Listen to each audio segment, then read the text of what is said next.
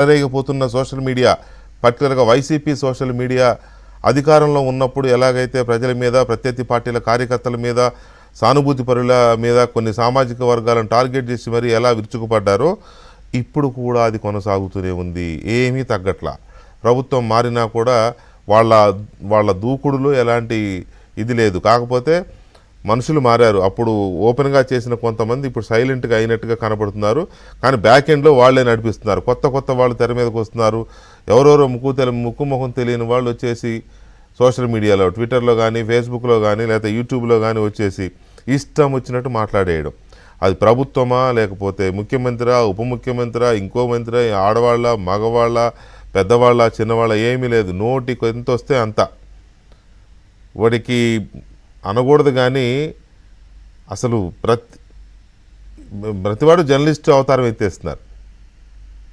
ఎత్తేసి తల పండిపోయిన జర్నలిస్టులను కడిగిపారేస్తున్నారు. వీళ్ళు కడిగిపారేయడం అంటే అక్కడేం సబ్జెక్ట్ కాదు, అక్కడ తిట్టడం అంతే.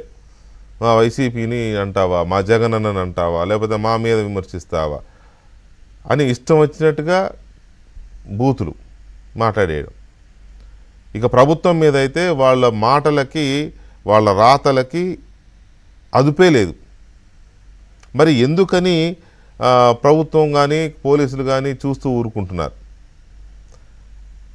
వచ్చి రాగానే పెట్టిన కేసులకి ఇప్పటికీ మోక్షం లేదు. చాలా బాధాకరమైన విషయం ఏంటంటే, హైకోర్టు నిన్న సజ్జల భార్గవరెడ్డి, అసలు దీంట్లో సజ్జల భార్గవరెడ్డితో పాటు ఆయన సోషల్ మీడియా వైసీపీ హెడ్ కదా, సజ్జల భార్గవరెడ్డితో పాటు ఇంకొంతమంది మీద కేసు పెడితే వాళ్ళు ముందస్తు బెయిల్ తెచ్చేసుకున్నారు కోర్టులో. ఎలా సాధ్యమవుతుంది? మీ వ్యవస్థ, మీ లీగల్ వ్యవస్థ ఏమైపోయింది? ప్రతివాడు వెళ్తున్నాడు, ముందస్తు బెయిల్ వచ్చేస్తుంది. ముందస్తు బెయిల్ వస్తుందని అంటే ఇటువైపు ప్రభుత్వం వైపు లాయర్లు మరి సరిగా లేరా? మీ దగ్గర బేస్లెస్గా ఉన్నాయా ఆర్గ్యుమెంట్స్? లేదా పోలీసులు సరిగా ఎఫ్ఐఆర్ వేయట్లేదా? ఎలా వస్తున్నాయి ముందస్తు బెయిల్స్?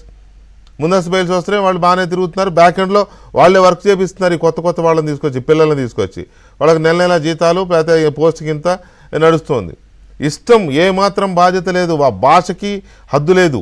ఎట్లా అంటే అట్లా అనమాట. అసలు అది ఒక్కొక్కళ్ళ భాష, ఒక్కొక్కళ్ళ ఇది చూస్తూ ఉంటే మరి పోలీసులు నిజంగా చాలా థర్డ్ డిగ్రీ ప్రయోగించాల్సిన లాంగ్వేజ్ యూజ్ చేస్తున్నారు వాళ్ళు. సో ఈ పరిస్థితుల్లో కోర్టు చెప్పేంతవరకు ప్రభుత్వానికి ఎందుకు సోయలేదు?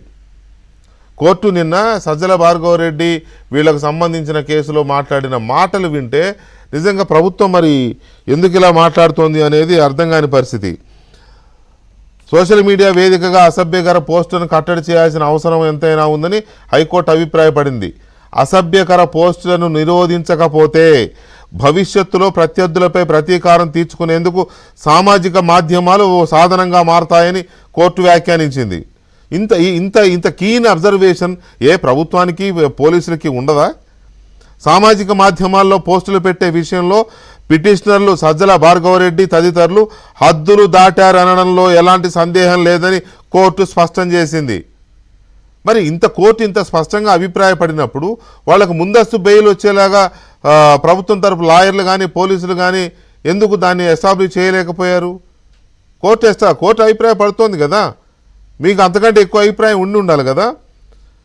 రాజకీయ పార్టీల మధ్య పోరుతో సోషల్ మీడియా ప్లాట్ఫామ్స్ ఆర్థికంగా లాభపడుతున్నాయని గుర్తు చేసింది. వ్యక్తులను తమ అభిప్రాయాలను స్వేచ్ఛగా వెల్లడించేందుకు చట్టం అనుమతిస్తున్నప్పటికీ దాని అర్థం వ్యక్తుల ప్రతిష్టకు భంగం కలిగించేలా అసభ్యకర పోస్టులు పెట్టడం కాదు అని కోర్టు అంది. డీప్ ఫేక్ ఫోటోలపై కూడా పోలీసులు దృష్టి పెట్టాల్సిన అవసరం ఉందని, అసలు ఫోటో ఏదో, నకిలీదేదో గుర్తించలేకున్నా ఉన్నామని పేర్కొంది. ఇది ఖచ్చితంగా ఇవాళ పవన్ కళ్యాణ్ విషయంలో వర్తించుతుంది. ఇది పవన్ కళ్యాణ్ కుంభమేళాకు వెళ్ళి స్నానాలు చేసి వస్తే ఆయన బాడీని మార్ఫ్ చేసి ఆయనకేదో ఇంత పొట్టున్నట్టు, లేకపోతే బాడీ షేమింగ్ చేస్తూ ఇష్టారాజ్యంగా పోస్టులు పెట్టారు. అదే ఇప్పుడు కోర్టు పవన్ కళ్యాణ్ విషయంలో కాకపోయినా కోర్టు అన్న మాట స్పష్టంగా వర్తిస్తుంది. డీప్ ఫేక్ ఫోటోలపై కూడా పోలీసులు దృష్టి పెట్టాల్సిన అవసరం ఉంది. అసలు ఫోటో ఏదో, నకిలీదేదో గుర్తించలేకుండా ఉన్నామని పేర్కొన్నది. ఈ మాత్రం సోయి స్పృహ ప్రభుత్వానికి, పోలీసులకు లేదా? అక్కడ వాదించాల్సిన ప్రభుత్వ తరపున, లేకపోతే అధికార పార్టీ తరపున ఉండే లీగల్ టీమ్స్కి ఉండదా? అసభ్యకర పోస్టుల నిరోధానికి ఏం చర్యలు తీసుకున్నారు?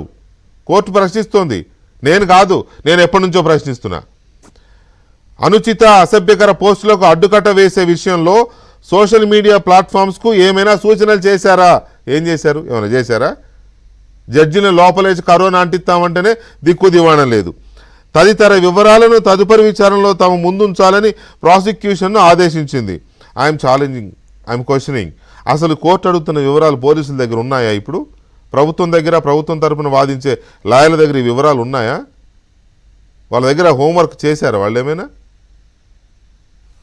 అనుచిత పోస్టులు పెట్టిన వ్యవహారంలో వైసీపీ సోషల్ మీడియా పూర్వ ఇన్ఛార్జ్ సజ్జల భార్గవరెడ్డి, పలువురు వైసీపీ సానుభూతి పరులు దాఖలు చేసిన ముందస్తు బెయిల్ పిటిషన్పై పబ్లిక్ ప్రాసిక్యూటర్ స్థాయి వాదనలు పూర్తి స్థాయి వాదన వినిపించేందుకు వాయిదా వేశారు.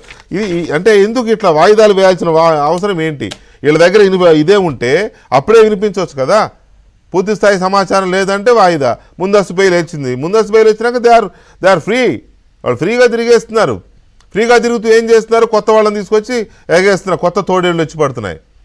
వాళ్ళ మాట్లాడే వాళ్ళని చూస్తుంటే ఇంకా అనకూడదులే, ఏం మాట్లాడలేను. బాధ్యత లేని చిన్నపిల్లల్ని రోడ్డు మీద వదిలితే వాడు ఏం మాట్లాడతాడు? పిచ్చోడి చేతిలో రాయి ఇసురుతానే ఉంటాడు. ఎవడి మీద పడితే వాడికి చంద్రబాబు మీద విసిరినా ఒకటే, లేకపోతే పవన్ కళ్యాణ్ మీద విసిరినా ఒకటే.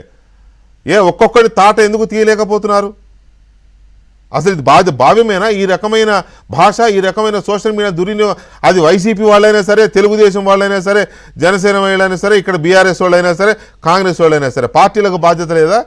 నియంత్రించాల్సిన పార్టీలు తమ కార్యకర్తల్ని ముష్కర మూకల్ని ఇలా తోడేళ్లలాగా జనం మీదకు వదలడానికి రెచ్చగొడుతున్నాయి. పార్టీలు రెచ్చగొడుతున్నాయి. కొంచెం ఎక్కువ తక్కువ తేడా ఉండొచ్చు. వైసీపీ ఎక్కువ చేస్తుండొచ్చు, టీడీపీ తక్కువ చేస్తుండొచ్చు. మీ పార్టీలకి మీ సోషల్ మీడియా కార్యకర్తల్ని నియంత్రించుకోవాల్సిన అవసరం లేదా? అసలు పార్టీ తరపున సోషల్ మీడియాలో ఎవడు పడితే వాడు మాట్లాడొచ్చా? మీరు కొంతమందిని పెట్టి మీకు మాత్రమే, పార్టీకి ఎలాగైతే అధికార ప్రతినిధులు పెడుతున్నారో అలాగే సోషల్ మీడియాలో వీళ్ళు మాత్రమే మా వాళ్ళు, వీళ్ళు కాకుండా ఎవరైనా విమర్శిస్తే మా తరపున మా పేరు చెప్పుకుని విమర్శిస్తే వాళ్ళు శిక్షార్హులని చెప్పలేరా? ఆ మాత్రం రెస్పాన్సిబిలిటీ వైఎస్ఆర్ కాంగ్రెస్ పార్టీకి లేదా? టీడీపీకి లేదా? జనసేనకి లేదా? బీఆర్ఎస్కి లేదా? బీజేపీకి లేదా? కాంగ్రెస్ పార్టీకి లేదా? ఇంత ఇండెమోక్రటిక్గా, ఇంత ఇర్రెస్పాన్సిబుల్గా పొలిటికల్ పార్టీస్ ఉండడం అనేది ఏమాత్రం అభిలషణీయం కాదు. తరాలను చెడగొడుతున్నారు మీరు. మీకేం అర్థం కావట్లేదు. సోషల్ మీడియా అంతా గబ్బు పట్టిపోయింది. కేవలం తెలుగు రాజకీయాల వల్ల భ్రష్టు పట్టిపోయింది, గబ్బు పట్టిపోయింది.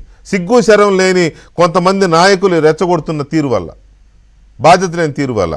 సో దీని మీద మనం చర్చను చూస్తున్న చర్చలో మనతో రాజకీయ విశ్లేషకులు అప్పసాని